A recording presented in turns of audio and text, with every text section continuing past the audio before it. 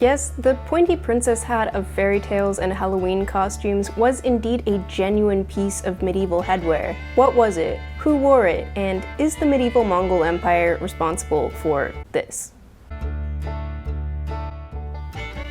Hi, hello, welcome. My name's Lydia, I'm an amateur sewist and amateur historian, and today I want to talk about the Hennin. As some of you may know, I've been working on a 1480s ensemble for myself, and when I got to the headwear, I had some pretty basic questions, like, why is this on their heads? Whose idea was this? These were pretty easy questions to find answers to, however, those answers contradicted each other and seemed a little dubious. So in this video, we're going to try to figure out what is the real history of the Hennin.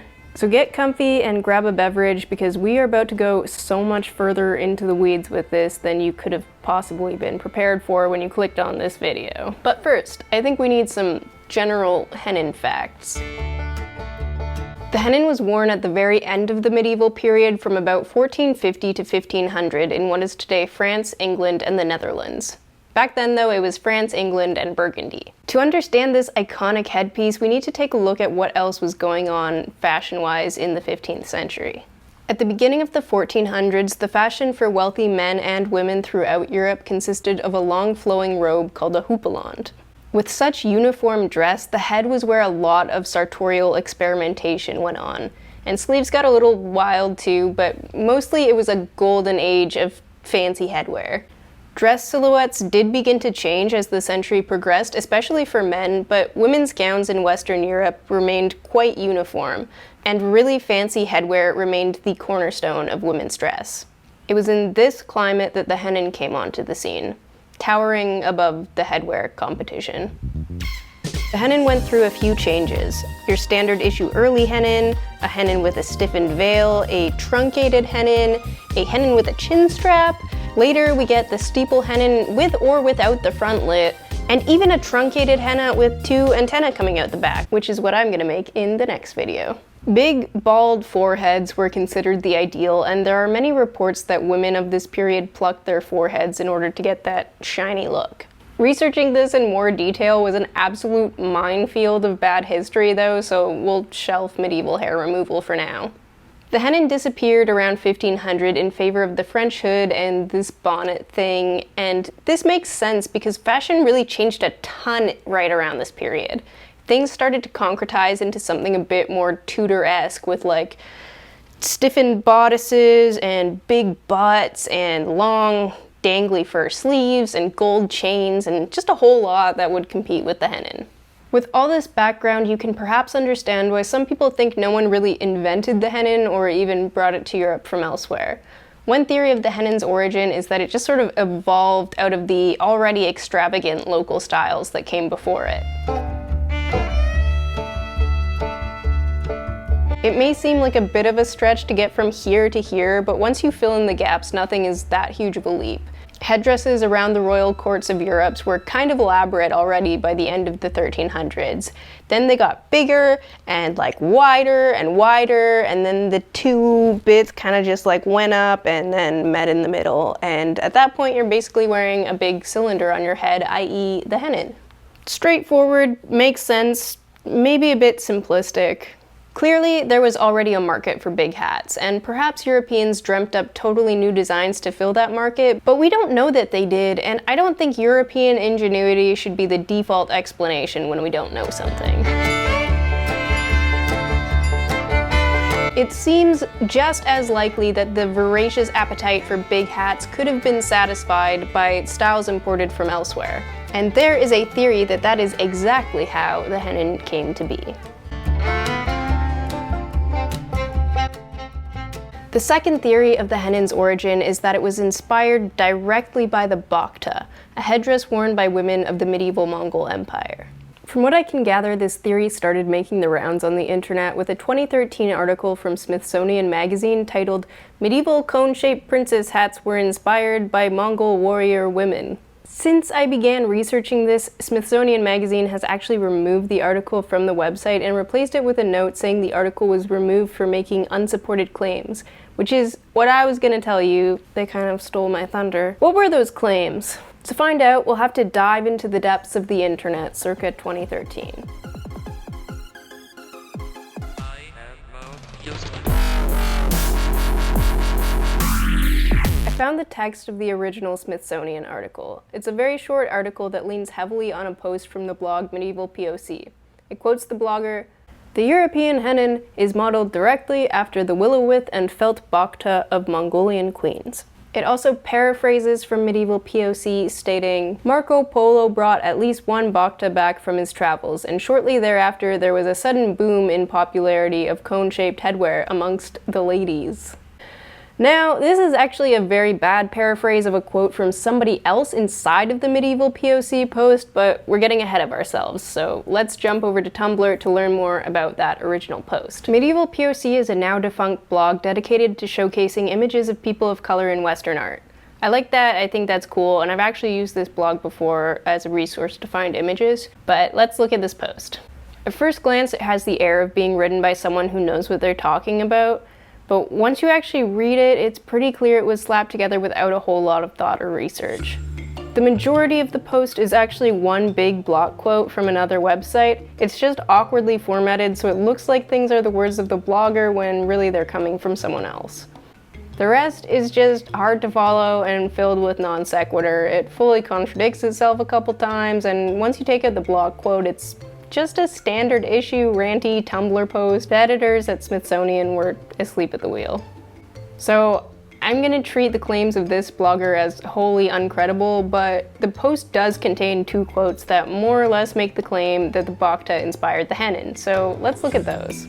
One is an independent webpage about the history of the sekele, a more modern Central Asian headdress, and one is a popular history book, The Secret History of Mongol Queens by Jack Weatherford.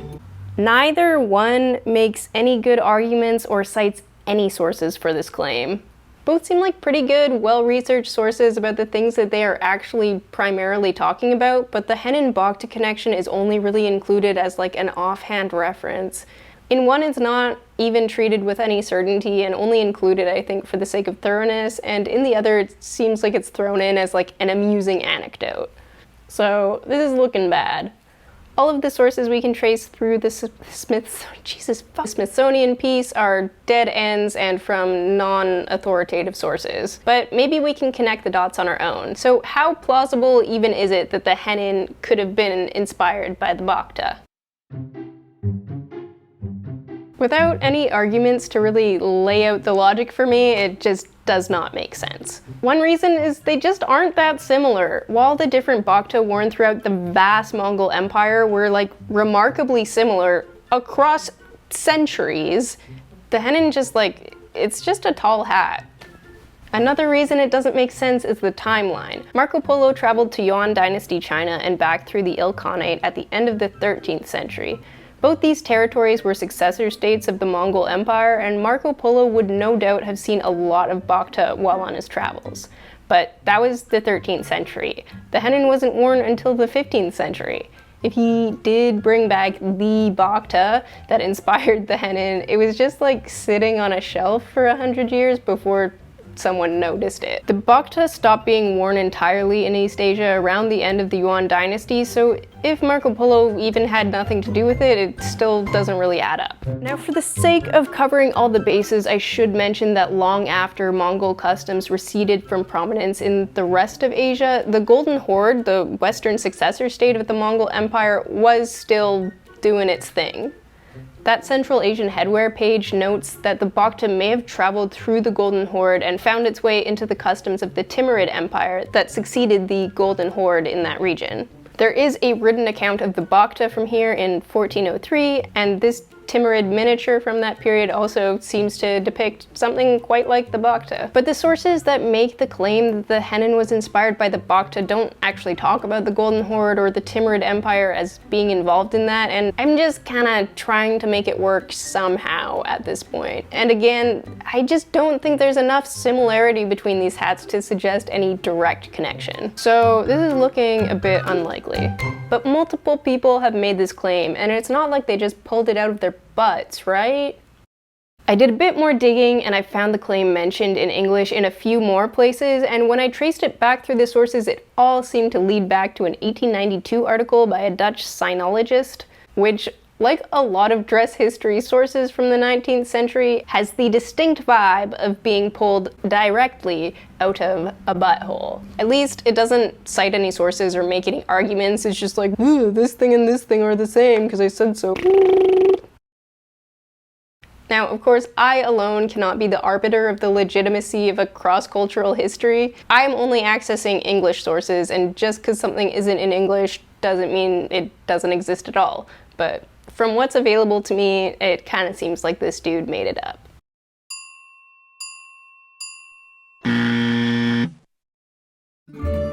So, in the absence of this cool but dubious origin story, are we to assume that the Hennin just bubbled forth into existence deep within the bowels of Western Europe?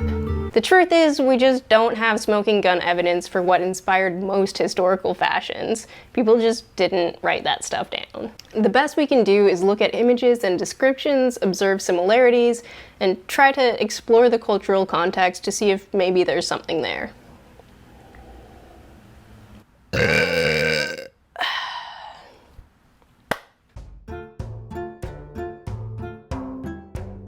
That's what Charlotte Jirousek does in this paper, which notes the many possible instances of European headwear taking cues from Ottoman headwear in this period. She argues that the cultural context would have allowed for such exchange to happen, and she even brings in a few written primary sources that attest to the foreign origins of some European looks. She doesn't draw any conclusions about the Hennin, but she notes the similarity of later Hennin styles with this Bellini sketch of a Turkish woman. She also notes European men's so-called sugarloaf hats as bearing a strong resemblance to the Ottoman kavuk or kalabi, which could be worn with or without a turban. The fluted shape of some of these hats, she says, is even more suggestive of borrowing from Ottoman styles. I had a hard time sourcing Ottoman images of this hat worn without the turban, but I trust that they're out there. Now, I find this sugarloaf business quite interesting, and if you'll allow me the liberty, I'd like to do some dot connecting of my own. Here's a 1460s-ish Burgundian book illustration depicting the Ottoman siege of Constantinople. Note the tall headwear. These tall hats appear on many figures, even far-off ones, seemingly to help the viewer read them as Ottoman. In that same book, we have an image of a Burgundian spy returning home from the Eastern Mediterranean.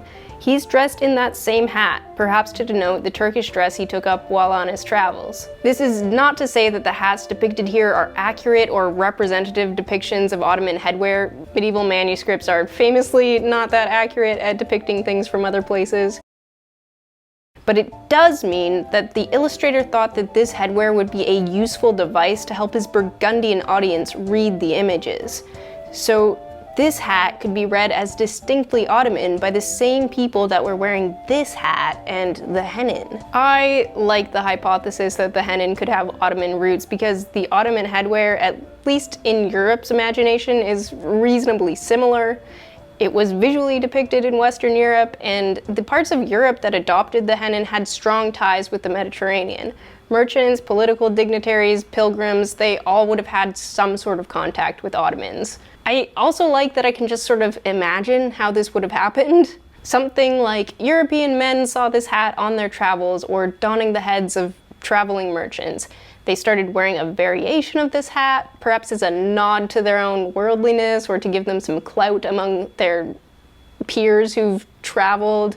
Wealthy women tended not to travel so much, but they friggin' loved big hats and happily absorbed this one into their repertoire while making it bigger and more sparkly. Sparkly.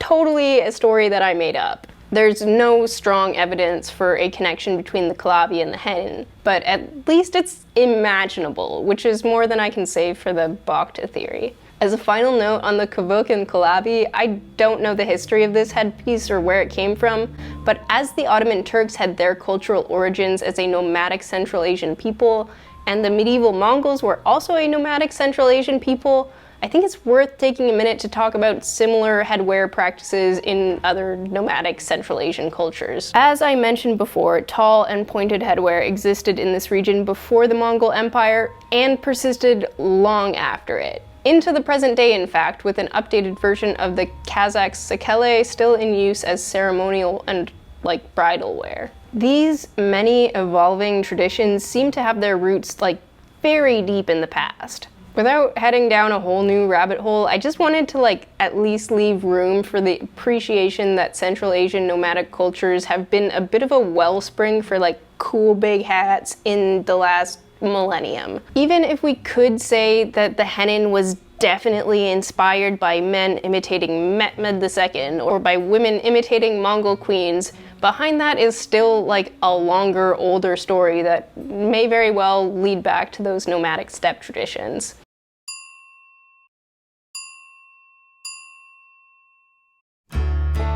So to summarize, this Smithsonian article is bullshit. We have no direct evidence for where the Hennin comes from. The possible Ottoman connections are compelling. We've talked in greater depth than you may have thought possible about something that really does not matter. No one's life is going to be changed by getting to the bottom of who is responsible for the Hennin.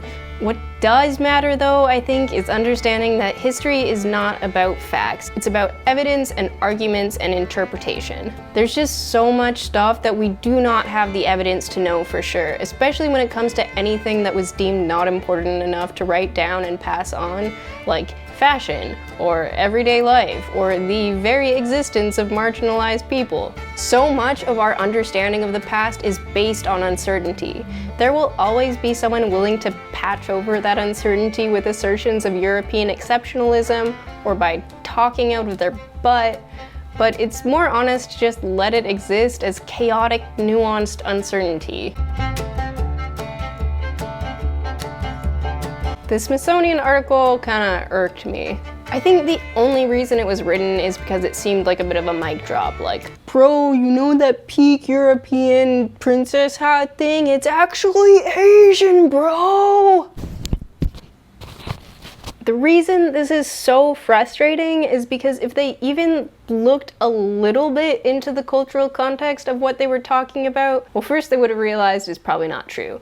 Second, they would have realized that it's not a mic drop or an anomaly at all for medieval Europeans to be inspired by Asian stuff. The Mongol Empire was a huge influence on European fashion and like visual culture in general. Textiles from China and Iran imported into Europe via the Mongol Empire set the tone for the motifs and technologies that would dominate late medieval textiles. These were not just raw commodities to be passively consumed. Motifs with their organic and irregular shapes were studied and copied by Italian and Spanish cloth makers, and that completely changed the look of European textile. Even experts sometimes have like a really hard time telling the difference between what fabric from this period came from like Iran and what came from China and Mongolia and Italy and Spain and Syria, and I think that's way more interesting and gives you a much better picture of what was going on in the world than like one hat translating to another culture when it like probably didn't even. Thanks for getting into the weeds with me and for putting up with me not telling you any definitive answers about anything. Next time I'm gonna be making this princess hat, so see you then. I am most useless.